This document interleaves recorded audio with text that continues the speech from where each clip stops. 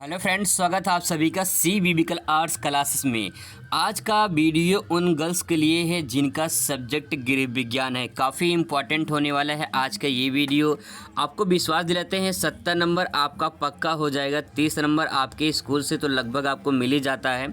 Theory ने में जो थ्योरी होता है उसमें आप जितना नंबर लेकर आओगे उतना ही आपका परसेंटेज बेहतरीन बनेगा। तो 70 में 70 नंबर कैसे लाएं उसका तरीका मैं बताऊंगा। पहले कुछ इंपॉर्टेंट क्वेश्चन है वो मैं आपको तैयार करवाऊंगा। तो चलिए शुरुआत करते हैं आज का ये वीडियो। साथ साथ में मैं आपको याद कराने की पूरी कोशिश करूंगा। आपको कोई ज़रूरत नहीं है रट्टा मारने की, मैं समझाने की कोशिश करूंगा। पहला चैप्टर है, पहला क्वेश्चन यहाँ से उठाते हैं और सबसे मोस्ट इम्पॉर्टेंट है। आपको सबसे पहले बता दें कि आपका जो गृह विज्ञान का जो पूरा का पूरा किताब है वो न्यू पैटर्न पर है और एनसीईआरटी बेस पे हम लोग पूरा का पूरा कवर करने वाले हैं। एकदम सिलेबस नया है, सब कुछ नया है, इसीलिए आपको ये कंफर्म नहीं है कौन सा क्वेश्चन इम्पॉर्टेंट है। तो मैं आपको कुछ इंपॉर्टेंट क्वेश्चन सेलेक्ट करके वो क्वेश्चन को करवाऊंगा जिससे आपको ज़्यादा से ज़्यादा नंबर मिलने की पूरी संभावना होगी। तो चलिए शुरुआत करते हैं आज का ये बेहतरीन वीडियो। पहला प्रश्न यहाँ पे है, आपसे पूछ सकता है कि भारत के मुख्य पारस्परिक व्यवसायों का उल्लेख कीजिए। तो भारत के जो मुख्य व्यवसाय हैं, ठीक है, आपको दो बात समझना है। पहला, भारत का क्या है मुख्य क्या है व्यवसाय। व्यवसाय क्या है भारत का, आप सभी जानते हैं भारत की मुख्य व्यवसाय क्या है, कृषि है। ठीक है, तो यहाँ पे देखिए दो लाइन यहाँ पे समझने की कोशिश करते हैं इसको जो है इसका उत्तर कैसे आप लिख सकते हो। भारत का मुख्य पारस्परिक जो व्यवसाय है, पारस्परिक का मतलब होता है जो पूरी तरह से चल रहा है और उसी पे आधी ज़्यादा जनसंख्या जो है पूरी तरह से निर्भर है। तो भारत का जो मुख्य व्यवसाय है वो क्या है, कृषि है। कृषि के अतिरिक्त जो कुछ अन्य व्यवसाय होते हैं, जैसे कि अगर बात करें हस्तशिल्प का और चित्रण कला होता है, कुछ कुटीर उद्योग होते हैं, ये कुछ मुख्य व्यवसाय होते हैं जो आजीविका चलाने के काम आते हैं। तो इसमें दो लाइन है, दो लाइन लिखना है कि भारत का जो है मुख्य व्यवसाय क्या है। अगर आपसे पूछ लेता है तो आप पहले लिखेंगे कृषि, और कृषि के अतिरिक्त आप लिख देंगे कि हस्तशिल्प होता है, जो हाथ से कढ़ाई वगैरह की जाती है वो सब हो गया, चित्रकला बहुत सारी मूर्तियाँ वगैरह बनाई जाती है वो सब हो गया, कुछ कुटीर उद्योग होते हैं, वो सब जो कुटीर उद्योग होते हैं उनके बारे में बात कही जा रही है। ठीक है, आई होप आपको पहला प्रश्न क्लियर हो चुका होगा। अगला प्रश्न यहाँ पे देखते हैं, इंपॉर्टेंट है, इसको आप हाईलाइट कर लेंगे। यहाँ पे है फैक्ट्री अधिनियम की धारा 48, धारा 48 के में महिलाओं को क्या सुरक्षा दी गई है। तो दोस्तों यहाँ पे आपको बता दें कि जो अधिनियम है, अधिनियम जो है, अधिनियम में जो एक्ट आया था, फैक्ट्री एक्ट जो आया था धारा 48, इस धारा 48 के जो है तहत क्या किया जाए कि महिलाओं को जो है सुरक्षा प्रदान की गई है। तो किस प्रकार से सुरक्षा प्रदान की गई है यही हमको समझना है। तो धारा आप देखिए यहाँ पे लिखने की कोशिश करेंगे, यहाँ पे लिखा है धारा, ठीक है, ये धारा कितना है 48 है, कितना है 48। फोरेट आता है, एक दवा होती है जो छिड़कने काम आता है खेतों वगैरह में। तो फोरेट जो है आप ध्यान में रखेंगे, इस पे फोरेट में आप अगर इसको ध्यान से पढ़ोगे तो फोरेट में आपको कुछ अंक निकल आएगा। देखिए 48, ठीक है, धारा कितना हो जाएगा 48, तो धारा कितना हो जाएगा 48। तो वही चीज़ यहाँ पे कहा गया है, थोड़ा मैं ट्रिक आपको बताऊंगा कि कैसे आप याद कर सकते हो।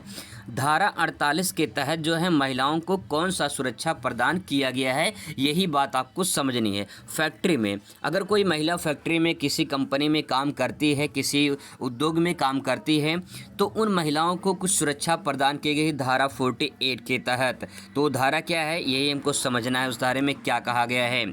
देखिए फैक्ट्री अधिनियम की धारा 48 यानी 48 के अनुसार यदि किसी उद्योग या फैक्ट्री में 30 से अधिक महिलाएं हैं तो वहां शिशु सदन की व्यवस्था की जानी चाहिए, जिसमें 6 वर्ष से छोटे बच्चे की देखभाल शिशु सदन में हो सके।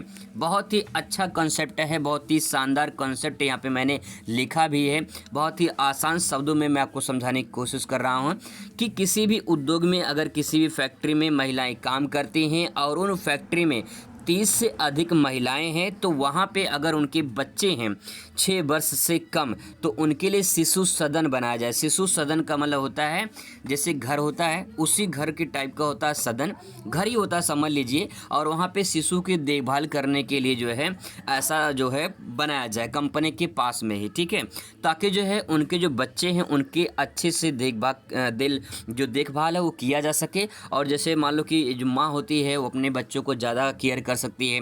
तो इसीलिए जो है महिलाएं जो होती हैं वो अपने बच्चों का देखभाल अच्छे से कर सकें, इसीलिए धारा 48 के तहत महिलाओं को जो है 6 वर्ष से कम बच्चों की देखभाल के लिए शिशु सदन की व्यवस्था की जाए, ऐसा इसमें कहा गया है। अगर थोड़ा ध्यान से आप समझने की कोशिश करोगे तो मैं पक्का गारंटी आपको समझाने की पूरी कोशिश करूंगा। यहाँ पे अगला क्वेश्चन है, उद्यमिता से क्या आशय है? अगर ऐसा सवाल आपसे पूछा जाता है तो आप क्या लिखोगे? उद्यमिता। यहाँ पे अगर जो सेंटेंस मैंने लिखा, अगर आप इसको एक बार भूल जाइए यहाँ पे मैंने क्या लिखा है, क्योंकि यहाँ पे थोड़ा सा किताबी भाषा मैंने लिखा है। मैं आपको अपनी भाषा में समझाऊँ तो आप ऐसे समझ सकते हो, बहुत अच्छे तरीके से आप समझ जाओगे। यहाँ पे पहले उद्यमिता जो लिखा हुआ है, ये शब्द आया कहाँ से, पहले देखिए। अगर बात करें उद्योग जो होता है, ठीक है, जो उद्योग होता है, अगर कोई भी किसी चीज़ का उद्योग किया जाता है तो इस उद्योग में क्या होता है, एक व्यक्ति होता है ऐसा जो उद्योग का मालिक होता है, या यूँ कह सकते हैं जो उद्योग को देखरेख करने वाला होता है, जो चलाने वाला होता है। ठीक है, उद्योग का मतलब क्या होता है, कोई भी कंपनी कोई फैक्ट्री अगर चल रही तो वो उद्योग हो रहा है, किसी चीज़ का उत्पादन हो रहा है, यहाँ पे उत्पादन होना उद्योग कहलाता है। अब यहाँ पे जो उद्योग है, इस उद्योग को चलाने के लिए एक व्यक्ति होता है जिसको उद्यम बोला जाता है। ठीक है, जिसको उद्यम बोलते हैं, और इसी उद्यम से क्या बना है, उद्यमिता बना हुआ है। ठीक है, इससे क्या बना है, उद्यमिता बना हुआ है। तो उद्यम क्या होता है, उद्यम वो व्यक्ति होता है जो किसी भी उद्योग के लाभ जो हानि होता है उसका जोखिम उठाता है, और नए नए जो उद्योग होते हैं उसको नए नए विचार, नए नए भावनाएं जो होता है वो लेकर आता है, ताकि जो है आप कंपनी को, उद्योग को आगे बढ़ाया जा सके। तो सिंपल सी बात है, जैसे मान लो आप भविष्य में कोई दुकान खोलते हो, मान लो ब्यूटिशियन का आपने दुकान कोई खोला। ठीक है, आपने क्या किया, ब्यूटिशियन ने कोई दुकान खोला, तो उस ब्यूटिशियन की दुकान को चलाने के लिए आप कुछ न कुछ विचार बनाओगे, कुछ न कुछ प्लान बनाओगे, किस प्रकार से आपका वो दुकान चल पाए, है ना। तो कहने का तात्पर्य पर यही है कि किसी भी उद्योग को चलाने के लिए एक व्यक्ति होता है उद्यम। अगर मान लीजिए जो आपने दुकान खोल रखा है वो घाटा होगा तो किसको होगा, आपको होगा। ठीक है, आपको होगा, आपको उसका लाभ हानि का जोखिम उठाना पड़ेगा। अगर लाभ होता है तो आपको फ़ायदा होगा, अगर हानि होता है तब भी तो आपको झेलना पड़ेगा। तो कहने का तात्पर्य ये है कि ऐसे ही उद्योग होता है, उद्योग में बड़े बड़े चीज़ उत्पादन होते हैं, ऐसे ही उद्योग में जो लाभ और हानि का जोखिम उठाता है, जो नए नए विचार प्लान बनाता है, उससे कहते हैं उद्यम। और इसी उद्यम से क्या बना है, उद्यमिता। तो उद्यमिता और उद्यम लगभग सेम ही चीज़ है, यहाँ पे डिफाइन कर देते हैं इसको। आई होप ये आपका जो बात यहाँ पे मैंने बताया क्लियर हो चुका होगा। अब यहाँ पे देखिए, कार्य, आजीविका तथा जीविका के क्षेत्र में उद्यमिता का आशय एक नए नवीन उद्यम से या सेवा से स्थापित के कार्य से होता है। मतलब यहाँ पे जो लिखा गया है कि जो उद्यमिता होता है वो क्या करता है कि नए नए जो है, और या फिर नए नए उद्यम या फिर नए नए सेवा स्थापित करने का कार्य करता है उद्यमिता। मतलब कि नए नए उद्योग लगाता है, नए नए व्यवसाय बनाता है, ताकि जो उसका अच्छे से और जो है व्यवसाय हो सके। प्रत्येक संस्थान में उद्यमिता का कार्य किसी भी संबंधित उत्पादन के डिजाइन के प्रस्तुत में नवीन परिवर्तनों और आविष्कार के द्वारा बदलाव करना होता है। यहाँ पे अगर मैं बात को समझाने की कोशिश करूँ आपको, तो बस इतना समझ लीजिए, जो उद्यमी होता है, ठीक है, वो करता क्या है, किसी भी उद्योग में नए नए विचार, नए नए डिज़ाइन, नए नए आविष्कार, नए नए उद्योग स्थापित करता है और नए नए वस्तुओं का उत्पादन करता है, जिससे किसी वस्तु का जो है व्यवसाय को आगे बढ़ाया जा सके। यही इसका मतलब है। ठीक है, आगे बढ़ते हैं।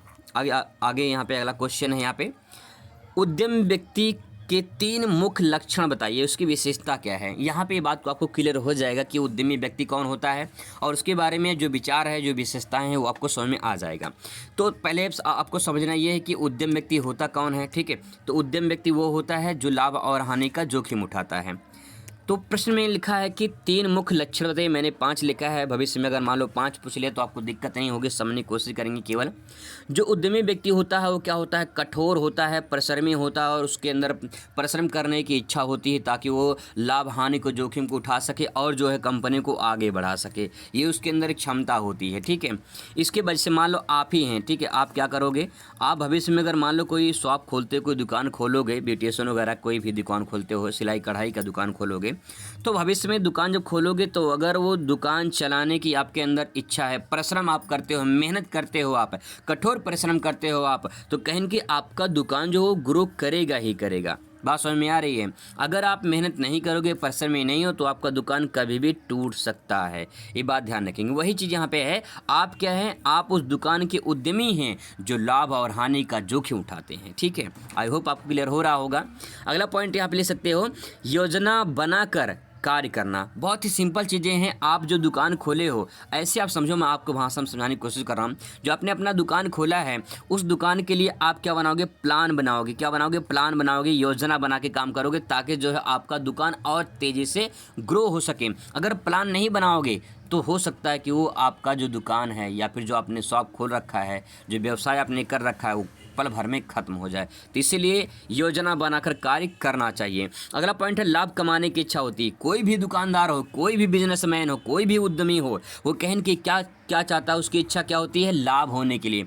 कोई हानि चाहता है, कोई नहीं चाहता। कोई दुकानदार अपनी हानि नहीं होना चाहता है। ठीक है, तो सिंपल सी बात यह है कि उद्यमी क्या चाहता है, लाभ कमाना चाहता है। इसके बाद तालमेल बनाने की इच्छा। तालमेल बनाने की इच्छा मतलब ये है, जैसे मान लीजिए आपके दुकान पे कोई कस्टमर आया। ठीक है, आपके दुकान पे कोई कस्टमर आया, आपके कस्टमर ने कहा आपसे कि भाई मुझे ये सामान चाहिए। ठीक है, कस्टमर ने कहा मुझे ये सामान चाहिए। आपने क्या किया, वो सामान दिया, लेकिन जो है आपने उससे ज़्यादा लूट लिया। ठीक है, उससे ज़्यादा लूट लिया, तो क्या वो दुकानदार अगर समझ जाए, मतलब वो जो व्यक्ति है वो समझ जाएगा तो दोबारा आपके दुकान पे आएगा, तालमेल बैठ पाएगा आपसे, नहीं बैठ पाएगा। दूसरी तरह से समझ लीजिए, आपकी दुकान पर कोई भी अगर आया सामान खरीदने के लिए आपके दुकान पे, आप जो है आपका व्यवहार, आपका बोलचाल अगर उससे अच्छा नहीं तालमेल खाया, तब भी वो कस्टमर जो है नाराज़ होकर चला जाएगा और दोबारा फिर कभी आपके दुकान पर नहीं आएगा। तो सिंपल सी बात है, तालमेल बनाने की इच्छा भी होनी चाहिए, कस्टमर से अच्छे से व्यवहार करना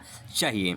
इसके बाद यहाँ पे लिखा है भागीदारी विकसित करना। भागीदारी विकसित करना मतलब ये है कि किसी भी उद्यमी जो उद्यम होते हैं, वो कहीं न कहीं अपनी जो है योगदान वो स्थापित करते हैं किसी न किसी जगह पे, ताकि वो अपनी भागीदारी विकसित कर सके, अपनी भागीदारी दे सकें और किसी भी उद्यम को आगे बढ़ा सकें। तो कुछ ये इंपॉर्टेंट पॉइंट है जिसे आप समझ सकते हो। इसके बाद अगला क्वेश्चन है, बहुत ही इंपॉर्टेंट है, नौकरी और जीविका में अंतर बताइए। नौकरी और जीविका में अंतर बताना है, समझने की कोशिश करिए। नौकरी क्या होती है और आजीविका क्या होती है, जीविका क्या होती है। बहुत सारे लोग होते हैं, अगर आप ही में से बहुत सारे लोग होंगे जो नौकरी के लिए पढ़ रहे होंगे, बहुत सारे लोग होंगे जो अपने जीविका के लिए पढ़ रहे होंगे। जीविका का मतलब आप व्यवसाय समझ लीजिए। ठीक है, जो जीविका का मतलब आप व्यवसाय समझ लीजिए, और आप नौकरी का मतलब समझ लीजिए कि आप जो है किसी भी कंपटीशन की तैयारी कर रहे हैं, उसके लिए आप नौकरी करने की कोशिश करने, मतलब विचार बना रहे हैं कि आप भविष्य में अगर कहीं नौकरी आपको मिल जाती है किसी प्राइवेट में या गवर्नमेंट में, तो आप नौकरी करोगे। ये इसका प्लान हो गया। यहाँ पे क्या कर सकते हैं नौकरी में, देखिए, अधिकांश लोगों के लिए अपनी परिवार की मूलभूत आवश्यकताओं को पूरा करने हेतु एक अति आवश्यक कार्य करना होता है। अब चाहे प्राइवेट काम करें, चाहे आप गवर्नमेंट काम करें, वो काम क्या होता है, आपकी नौकरी कहलाती है। ठीक है, मूलभूत जो आवश्यकताएं होती है अपने परिवार की अपनी पूरी करने के लिए, जो लोग अपने आवश्यकताओं को पूरा करने के लिए करते हैं, वो आपका नौकरी हो गया। जीविका मतलब क्या होता है, जीविका मतलब अपने जीवन यापन के लिए आप व्यवसाय करिए, कुछ उद्योग करिए, कुछ उद्योग स्थापित करिए, तो वो क्या कहलाएगा, वो कहलाएगा जीविका कहलाएगा या फिर आजीविका कहलाएगा। तो वही चीज़ है, जीविका का आशा होता है व्यावसायिक अथवा व्यापारिक जीवन से जुड़े या फिर व्यवसाय करना ही जीविका कहलाता है। तो सिंपल वर्ड में आप आसानी से इसे समझ सकते हैं। ये मैंने कुछ इंपॉर्टेंट क्वेश्चन कवर करवाया है, ये थोड़ा सा एक तरह से टेलर था। आगे बहुत ही इंपॉर्टेंट क्वेश्चन मैं लेकर आऊँगा। मिलते हैं नेक्स्ट वीडियो में। Thanks for watching.